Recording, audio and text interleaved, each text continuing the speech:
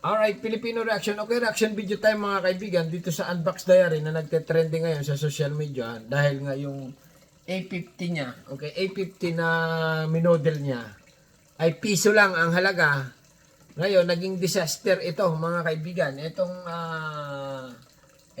kung mapanood nyo yan, ayan. Ganito, and they know what they're doing. Alam nila na ang Pilipino ay specs conscious and also price conscious, so Mabibili mo lang yung phone ng piso, okay? good job. Kung may rating ako out of 10, this is an 11. Nothing else comes close. This is the Itel A50. Kung gusto sa live ko, mas mura siya. Comment piso. Piso! Piso! Piso!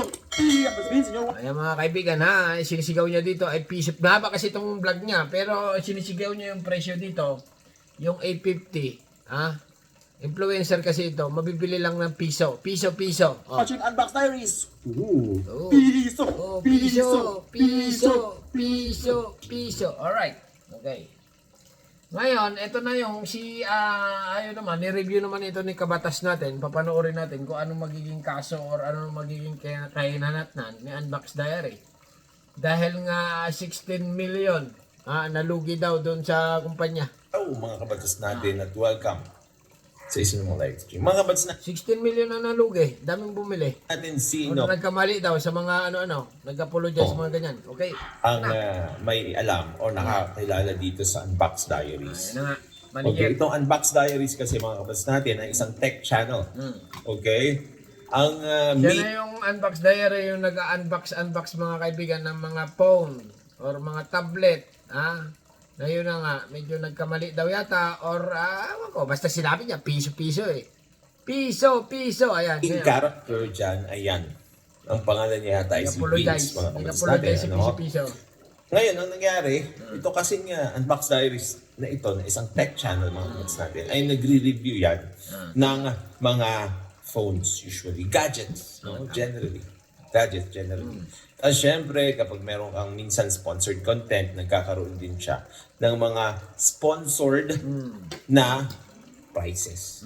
Tama. Pinapamigay niya, o kaya binibenta niya ng mura sa kanyang vlog, sa kanyang YouTube channel, sa kanyang TikTok, sa kanyang social media. Ngayon, mga kabatas natin, magbebenta sila ng isang telepono galing sa Itel. Pero, mga kabatas natin, imbis na isa o ilan lang ang dapat na ibenta nila, nagkaroon ng problema. Meron ng problema. I think it's human error, no? Nagkaroon ng problema, mga kabatas natin, tapos 16 million worth daw yung lugi nila. Ibig sabihin, kasi sabi ni Unbox Diary, magbibenta, piso lang, yung isa. Isa lang ang ibibenta, piso. Ano yon? Pagkakamali? Kung ibibenta mo yan ng piso, maramihan yan. Ha? Kung isang tao lang yon, ano yun? Dahil imbis na Hindi ilan magulo, lang ang ibenta nila ng piso, nakapagbenta sila ng about 6,000 yata, I guess, mga kabatas. 6,000 na 850. 6,850. Swerte nakabili mga kaibigan ha. Okay? O baka habot pa or habol pa. Pwede pa siguro bumili. Pero siguro na-cancel na nila. Ngayon, Murang-mura. syempre, alamin natin ngayon yung legalities dito. Ano yung pwedeng mangyari? Kasi nga, malalaman natin mamaya kung ano yung gusto nila. Direct mo na. Diba? Pati pag di ba tinuloy ang Ayun, iyak-iyak si Princess Unbox Diary. Kasi nga, nagkamali daw. bibigay dun sa mga nag-order ng piso, pwede silang magkaso ng false advertising po. Sasagutin natin yung mamaya, labo. Okay? Nag-advertise sila, piso ang halaga. Tapos dito pa, hit comments, meron agad tayo. Yan, sabi ni Ricul, hater din to. Dami issue niyan ni Unbox Diaries. Nako, ay maraming issue pala ito si Unbox Diary. Ay, Diyos mio, Marimar. Kung mapanood nyo ito mga kaibigan, si Unbox Diary talaga ito. Ayan o. Ayan o. Marami kasi talaga itong nabibrainwash na tao. Yung mga phone na mga ganito, ginaganyan-ganyan niya, ina-advertise niya, ganito, ang presyo ngayon nga, sabi niya, piso-piso ang presyo. Ang gusto pala mangyari ng kumpanya, isang phone lang ang bibenta ng piso. Oh, may ganun ba 'yon? Isang tao lang ibibentahan ng piso, bakit mag-advertise? Ibig sabihin, ewan ko ba dito sa tao na ito, nagkamali daw, ganun. Pwede na lang ibigay ng free, hindi yung papiso-piso. Ngayon na nga, nagkamali sila, nabenta ay 6,000 unit, na po, lugi daw ng 16 million.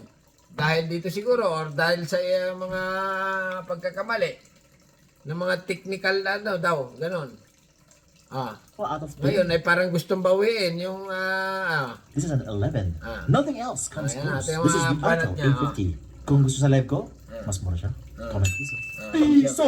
Piso! Piso! Ay, piso, It means ano? you're watching Unbox Diaries. Ooh. Piso!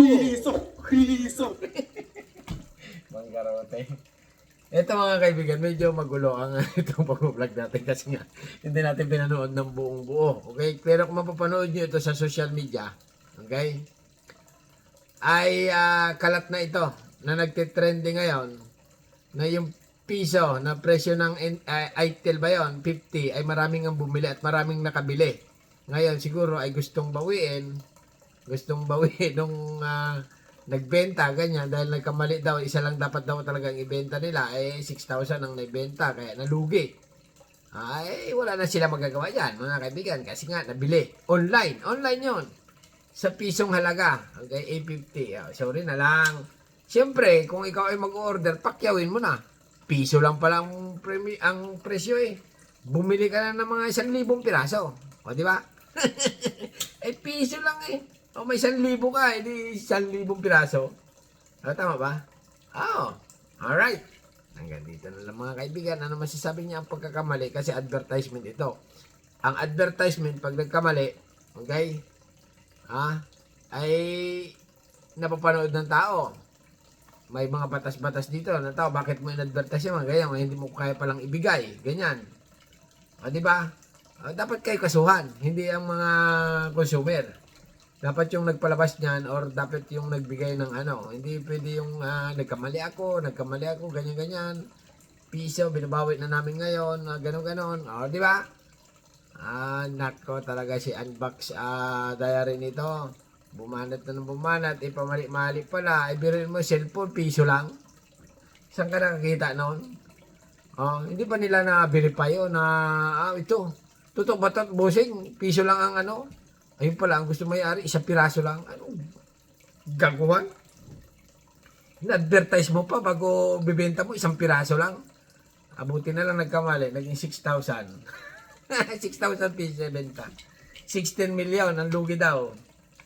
Ngayon, nagdrama ito. Okay, nagpalabas sila sa TikTok, nag-apologize, nagdadama-dama, gustong bawiin, na may paiyak-iyak pa. Ngayon, yung may paiyak-iyak na mga tauhan nila doon, yung pala scripted, mga kaibigan. Kung mapanood yung video, na nagsosorry siya, pero may paiyak-iyak ng iba, na sa likod nito, pero scripted pala din yun.